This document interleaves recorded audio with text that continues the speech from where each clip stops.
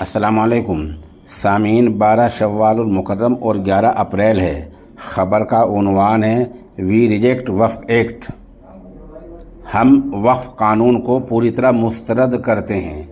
اس issue کو لے کر آج ریاست پنجاب کے مالر کوٹلہ میں زبردست احتجاج ہوا ہے، جس کی رہنمائی وہاں کے مفتی اعظم مفتی ارتقاء الحسن کاندھلوی نے کی ہے۔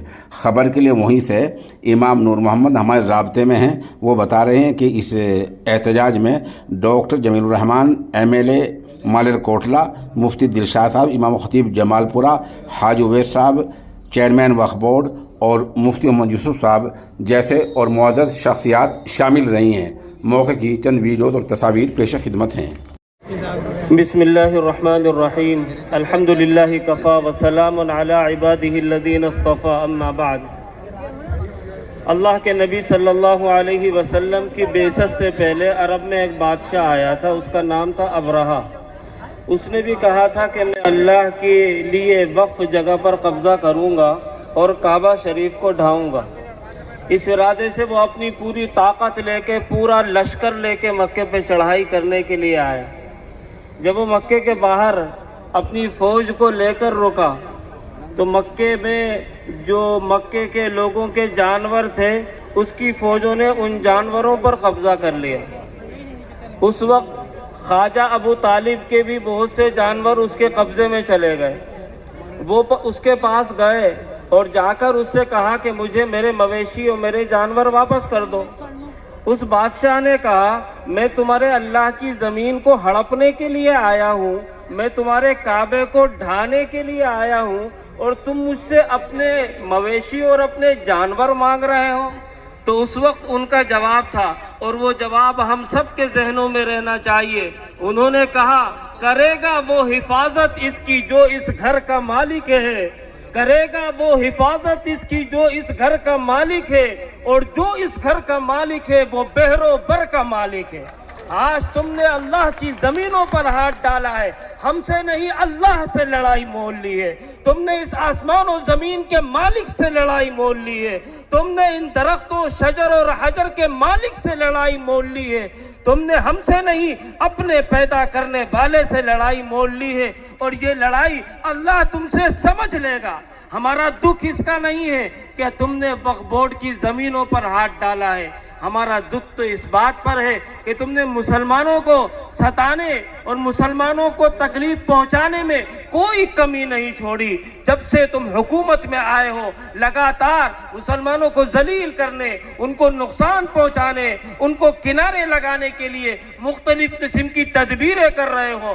ہمیں تمہاری اس سوچ پر اعتراض ہے، ہمیں تمہاری اس حکمت عملی پر اعتراض ہے۔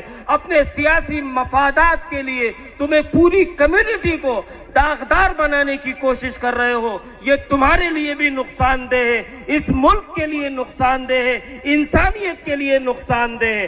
آج ہم وقف امینڈمنٹ بل کے بارے میں نہیں، ان تمام قوانین کے بارے میں تم سے یہ مطالبہ کرتے ہیں جن قوانین کو مسلمانوں کے خلاف لایا گیا ہے، چاہے وہ دفعہ 370 ہو، چاہے وہ ٹرپل طلاق کا بل ہو، چاہے وہ CAA NRC ہو، اور چاہے وہ کوئی بھی ایسا قانون ہو جو اس ملک کے رہنے والے انسانوں کے خلاف ہے، ان کی آزادی کے خلاف ہے، ان کے حقوق کے خلاف ہے۔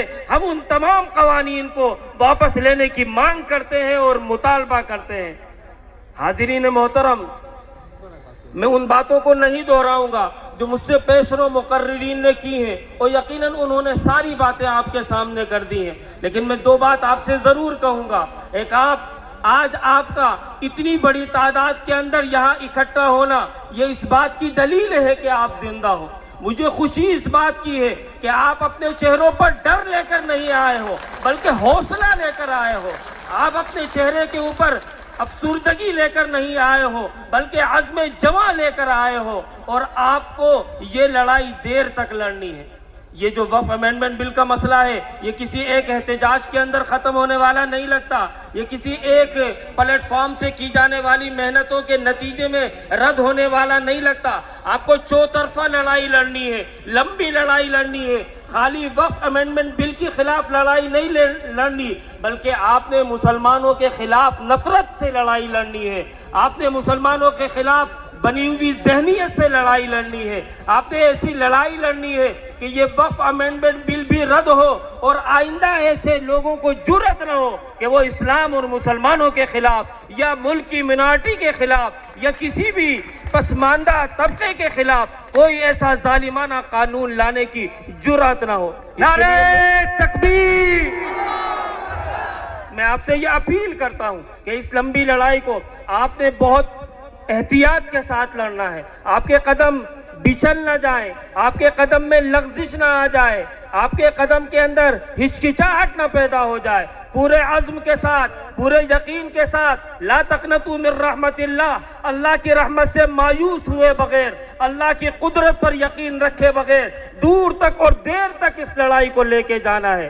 اس کے لیے آپ سے یہ بھی اپیل کروں گا کہ جتنا ہم پرامن رہ کر احتجاج کریں گے, جتنا ہم آئین کے دیے ہوئے حقوق کے دائرے میں رہ کر احتجاج کریں گے, اتنا ہمارا احتجاج مؤثر ہوگا اور اتنا ہی ہم اس احتجاج کے اندر طاقت ڈال پائیں گے.